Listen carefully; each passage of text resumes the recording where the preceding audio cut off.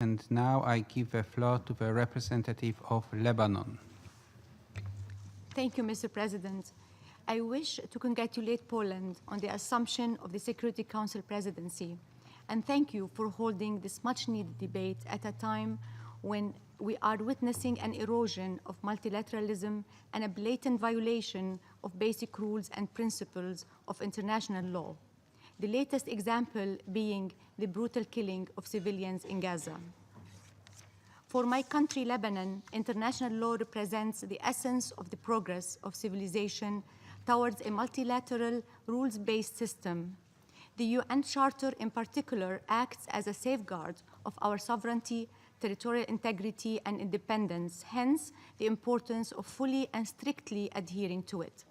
Mr. President, the key words here are full implementation and compliance.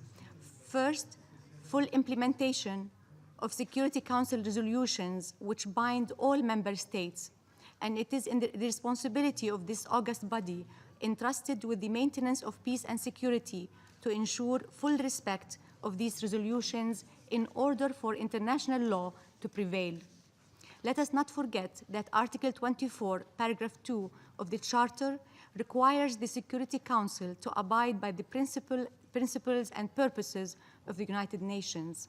Only through faithful respect of these provisions will we avoid double standards and selective application of international law.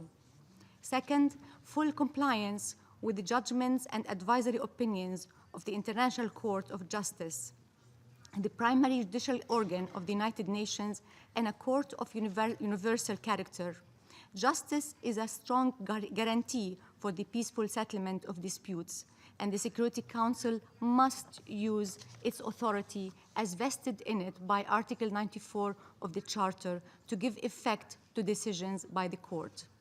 Mr. President, Lebanon believes that member states should make full use of the tools contained in Chapter 6 to settle their disputes peacefully.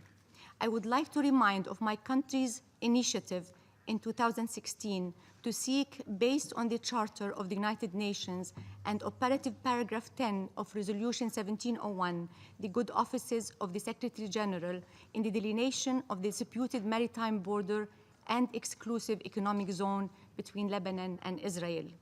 It goes without saying that absent its resolution, this issue remains a source of conflict that could threaten the peace and security in our region.